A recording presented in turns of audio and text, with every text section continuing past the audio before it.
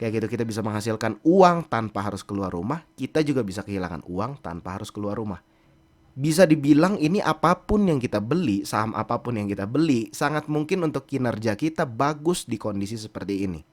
Cuman masalahnya kita bisa nggak konsisten di level itu terus. 1% per bulan aja targetnya nggak muluk-muluk. 1% per bulan, modalnya 1,3 miliar. Trading for living untuk kebutuhan bulanan 5 juta itu bisa terpenuhi.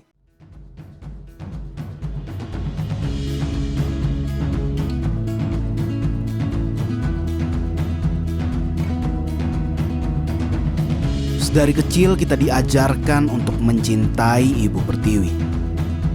Tanpa tahu ukuran yang pasti sejauh apa kita sudah berjuang. Mari berhitung sejenak. Usia raga kita lahir di tanah ini dikalikan dengan berapa hari dalam setahun. Mungkin ribuan. Dari ribuan hari yang sudah kita lalui, berapa hari kita memandang perjuangan kita adalah bagian dari menjaga Ibu Pertiwi. Sudah berapa kali kita melihat Ibu Pertiwi sebagai bagian dari kemuliaan Sang Pencipta. Tepat 75 tahun kita berjalan di atas kemerdekaan. Tapi apa iya kita sudah merdeka di dalam? Sebagai anak yang lahir dari rahim Ibu Pertiwi, bukankah sepatutnya dia selalu memiliki ruang di hati kita? Bukankah dia pantas untuk mendapatkan yang terbaik dari kita? Waktumu, uangmu, dan pikiranmu. Ayo merdeka setiap hari. Kita merdeka ketika kita berani untuk semakin peduli satu dengan yang lain. Semoga kita tidak terjebak dalam hitungan hari yang penuh dedikasi tanpa tujuan. Karena Ibu Pertiwi pantas dapat dedikasi yang penuh kasih.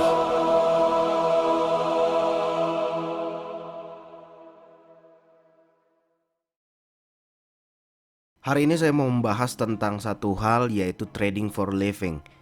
Jadi dari beberapa bulan ke belakang saya cukup banyak mendengar bahwa orang mulai tertarik untuk trading for living. Mungkin karena kegiatan mereka di luar dibatasin. Jadi karena bisnis juga nggak bisa jalan, bisnis mungkin ya bisa dibilang sangat sedikit lah varian-varian bisnis yang bisa berjalan di momen seperti ini. Mungkin kalau misalnya kita membuat makanan seperti itu mungkin masih bisa. Itu resep pertama, kedua ya hitung-hitung saling bantu lah, itu yang saya tahu masih ada beberapa yang bisa jalan. Cuman mungkin order kedua dan ketiganya yang agak dipertanyakan. Jadi bursa saham tuh bisa jadi alternatif. Banyak orang memanfaatkan ini sebagai alternatif. Salah satunya paman saya, om saya. Jadi ada dua om saya dan dua-duanya mulai tertarik masuk ke bursa saham. Di periode COVID-19 ini mereka cukup sulit bisnisnya. Jadi mereka bisnis properti, ada bisnis percetakan juga. Mereka bisnis cukup sulit. Jadi yang mereka lakukan adalah mereka taruh uang mereka di bursa saham. Oke, karena mereka ketemu momen yang cukup bagus, coba kita melihat deh kinerja IHSG dalam beberapa bulan ke belakang. Menurut saya ya, IHSG ini ada di performa terbaiknya 5 bulan berturut-turut hijau. Bisa dibilang ini apapun yang kita beli, saham apapun yang kita beli, sangat mungkin untuk kinerja kita bagus di kondisi seperti ini. Jadi wajar aja kalau misalnya ada orang mereka taruh duit mereka di bursa saham. Ya yang saya dengar juga di bursa, OJK sendiri, pihak bursa sendiri mengatakan bahwa ada banyak dana segar yang masuk di periode krisis COVID-19 ini. Mungkin karena mereka sulit memutarkan uang mereka di bisnis yang lain, akhirnya mereka masuk ke bursa saham. Kalau misalnya kita menghitung kinerja kita dari 5 bulan terakhir di saat IHSG lagi bagus-bagusnya, menurut saya kurang fair. Ini tuh kayak dua mata uang. Kalau misalnya kita mau bilang bahwa wah di bursa saham kan enak nih, kita bisa menghasilkan uang tanpa harus keluar rumah. Oke, itu sisi mata uang yang pertama. Tapi kalau misalnya kita lihat dari belakangnya juga, oke, IHSG ini atau bursa saham ini itu tempat di mana kita bisa kehilangan uang tanpa harus keluar rumah. Sama aja toh. Kayak gitu, kita bisa menghasilkan uang tanpa harus keluar rumah, kita juga bisa kehilangan uang tanpa harus keluar rumah.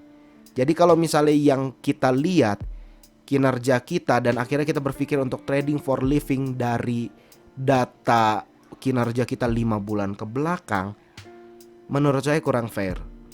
Kalau misalnya kita trading dari tahun 2018, kita udah melewati satu krisis nih di tahun 2020 dan kita masih selamat, kita hitung rata-rata kinerja kita berapa. Menurut saya itu masih lebih fair kalau misalnya kita mempertimbangkan untuk di krisis yang sebesar 2020 aja portofolio gue selamat loh. Kayak gitu. Jadi kalau misalnya kita udah melewati satu krisis dan kita berpikir untuk trading for living, menurut saya oke, ini masih layak untuk dipertimbangkan. Tapi kalau dari 5 bulan terakhir aja kita baru naruh uang kita di bursa saham dalam kurang dari 5 bulan terakhir, menurut saya kurang fair. Karena di 5 bulan terakhir ini ISG lagi ada di performa terbaiknya.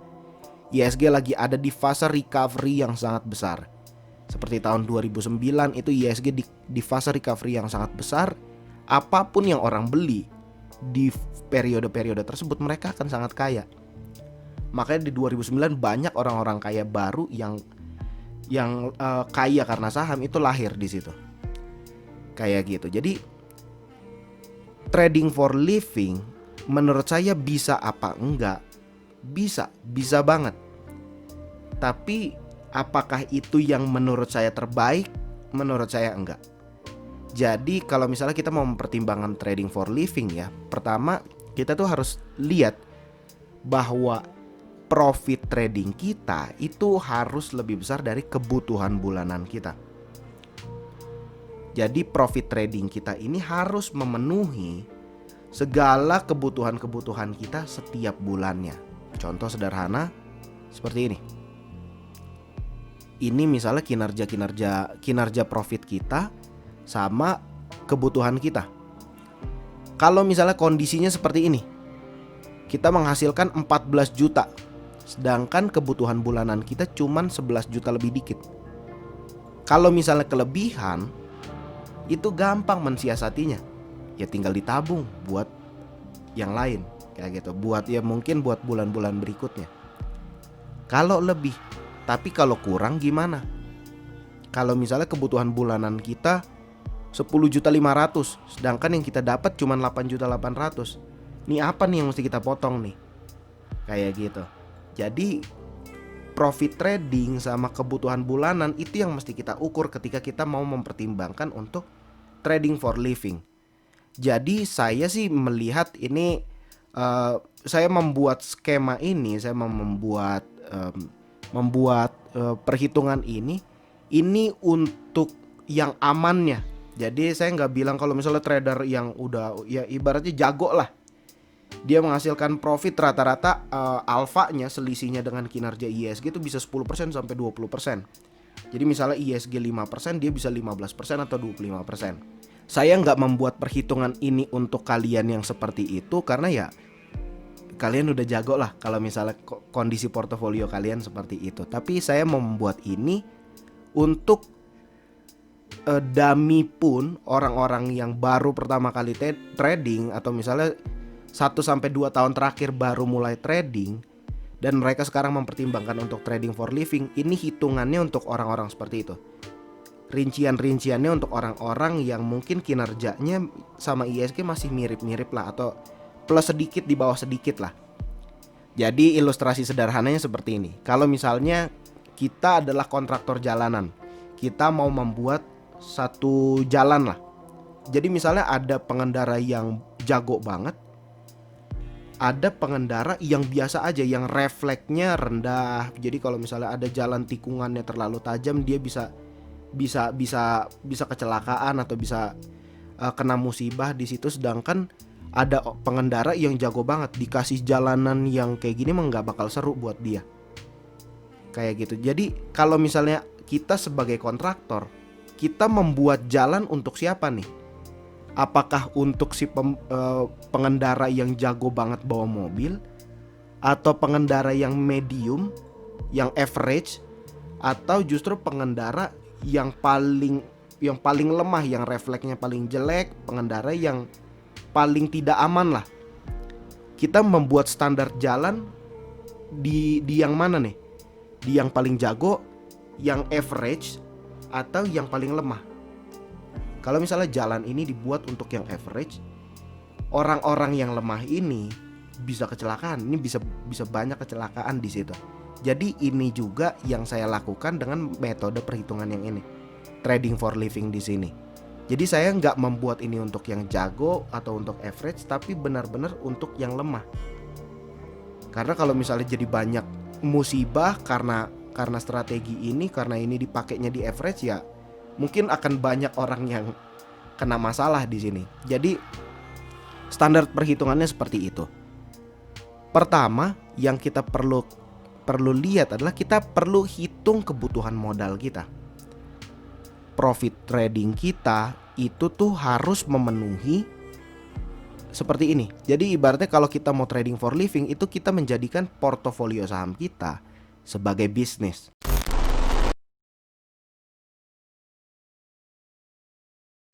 Orang yang bisnis, penghasilan profitnya itu dipakai untuk ini. Ada yang untuk dinikmati, untuk tabungan, ada juga yang untuk tambahan modal. Jadi profit trading mereka tuh harus memenuhi untuk kebutuhan-kebutuhan ini. Kalau nggak memenuhi, mungkin akan jadi masalah buat mereka ke depannya. Jadi itu tantangan pertamanya. Profitnya harus bisa dibagi untuk memenuhi kebutuhan-kebutuhan ini. Ada yang untuk dinikmati, ada yang untuk tabungan, ada yang untuk tambahan modal. Jadi di sini saya mengkategorikan kebutuhan-kebutuhan pokok kita untuk makan dan segala macam itu sebagai modal. Kenapa? Karena kalau kita nggak makan, keputusan kita mungkin bisa jadi jelek. Keputusan kita bisa jadi nggak bagus nih. Kalau misalnya modal kita, modal kesehatan, modal psikis kita itu nggak terpenuhi. That's why kebutuhan-kebutuhan pokok itu saya masukin nanti di tambahan modal. Jadi profit trading kita harus memenuhi ini. Lalu setelah profit trading itu kita bedah, karena 50% profit trading itu adalah tambahan modal. Di sini kita lihat kebutuhan bulanan sama tambahan modal trading. Jadi saya bagi lagi tambahan modal saya itu jadi 2 bagian. Jadi ada tambahan modal untuk trading, it means kalau misalnya kita bisnis, ini untuk ekspansinya nih. Tambahan modal trading ini untuk ekspansi. Sedangkan kebutuhan bulanan ini untuk operasional, untuk si pengerjanya yang mengerjakan portofolio ini. It means kita sendiri. Kayak gitu. Jadi saya 75% tambahan modal saya pakai untuk kebutuhan bulanan, dan 25% dari tambahan modal saya pakai untuk tambahan modal trading. Kayak gitu. Jadi apa bedanya kebutuhan bulanan dengan dinikmati dan tabungan? Ya sederhananya gini lah. Masa kita kerja aja, kita bisa ada duit untuk kita nikmatin, ada juga untuk tabungan. Masa kita gara-gara trading for living kita jadi nggak punya tabungan dan nggak ada sesuatu yang kita bisa nikmati. Kayak gitu. Jadi kebutuhan bulanan ini untuk yang operasional, untuk makan kita sehari-hari, rutinitas buat yang udah punya anak, mungkin ini buat uang sekolah anaknya dan segala macam. Sedangkan ini mungkin untuk konsumsi yang lain, ada yang untuk dinikmati, ada yang untuk tabungan. Ya bebas sih sebenarnya komposisinya. Ini komposisi yang menurut saya aman aja. Kayak gitu. Jadi dari 75% tambahan modal itu adalah kebutuhan bulanan. Taruhlah misalnya kebutuhan bulanan kita, uang yang fix kita keluarkan setiap bulan adalah 5 juta. Ini saya buat 5 juta biar gampang aja ngitungnya. Misalnya kebutuhan bulanan kita 5 juta. Kebutuhan bulanan ini adalah 75% dari tambahan modal. Lalu tambahan modal ini adalah 50% dari profit trading. Profit trading ini taruhlah kita profitnya per bulan 1%. Jadi ini kan karena kita satuannya bulan, taruhlah per bulan kita dapat 1%. 1% per bulan, mungkin Anda mengira wah ini 1% per bulan mah kecil banget, gue bisa dapat itu dalam sehari mungkin. Mungkin video ini bukan untuk Anda. Kalau misalnya kita berkaca aja ya, 1% per bulan kalau dikonversi menjadi setahun itu 12% per tahun. Banyak nggak reksadana, banyak nggak manajer investasi yang nggak menghasilkan 10% di dalam 1 tahun? Banyak. Kayak gitu. Jadi kita ambil 1% ini untuk nilai amannya aja. Taruhlah keuntungan kita per bulan itu, target kita cuma dapat 1% aja. Dari angka-angka ini kita bisa dapat modal kita untuk kebutuhan bulanan yang 5 juta, itu kita butuh modal 1,3 miliar. Itu yang amannya. Kayak gitu. Jadi untuk trading for living, menurut saya perhitungan-perhitungan seperti ini yang perlu kita pertimbangkan. Perhitungan-perhitungan seperti ini yang perlu kita lihat. Berapa banyak sih modal yang kita butuhkan ketika kita mau trading for living? Itu pertanyaan pertama, berapa banyak modalnya? Lalu yang kedua, kita bisa nggak konsisten menghasilkan 1% per bulan? Kita bisa nggak konsisten menghasilkan profit trading yang akhirnya bisa memenuhi segala kebutuhan kita setiap bulannya? Cuman masalahnya kita bisa nggak konsisten di level itu terus. 1% per bulan aja, targetnya nggak muluk-muluk. 1% per bulan, modalnya 1,3 miliar. Trading for living untuk kebutuhan bulanan 5 juta itu bisa terpenuhi.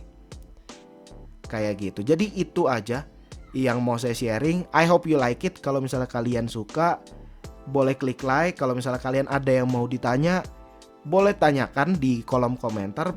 Jadi kalau misalnya menurut kalian skema seperti ini bisa nggak untuk membuat kalian jadi trading for living? Please tuliskan di kolom komentar di bawah. Have a great long weekend and see you next video. Till next time. Bye.